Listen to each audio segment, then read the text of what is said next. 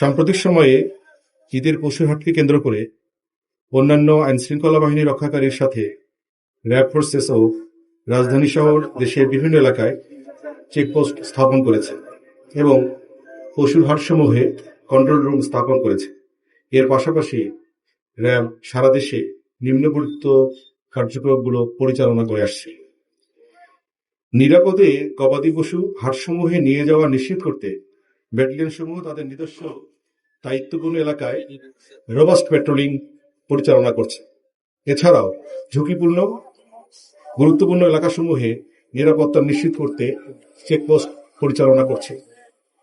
পবিত্র ঈদুল আজহা উপলক্ষে রাজধানী সহ বিভিন্ন শহরে জনসমাগম তুলনামূলকভাবে কম হয়ে থাকে।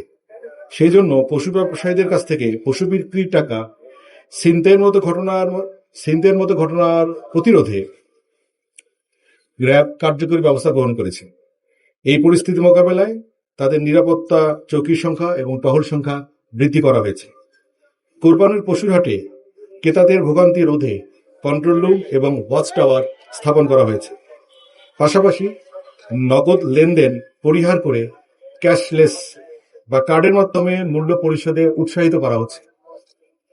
জাল টাকা প্রতিরোধ এবং শনাক্তের প্রয়োজনীয় সরঞ্জাম প্রস্তুত রাখা সহ জাল টাকা উৎপাদনকারীদের বিরুদ্ধে অভিযান অব্যাহত রয়েছে।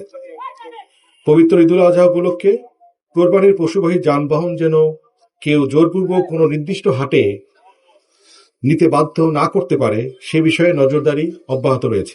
পাশাপাশি সামাজিক যোগাযোগ মাধ্যমে ঈদ এবং কোরবানিকে কেন্দ্র করে গুজব বা বিভ্রান্তিকর পোস্ট প্রচারকারীদের বিরুদ্ধে তাৎক্ষণিক আইনানুগ ব্যবস্থা গ্রহণ করা হবে। এছাড়াও দেশের আইনশৃঙ্খলা পরিস্থিতি স্বাভাবিক রাখতে যে কোনো ধরনের সন্ত্রাসী কার্যক্রম এবং অন্যান্য অপরাধমূলক কার্যক্রম দমনে র্যাব তার নিয়মিত টহল, গোয়েন্দা নজরদারি এবং আবিধানিক কার্যক্রম অব্যাহত রাখবে।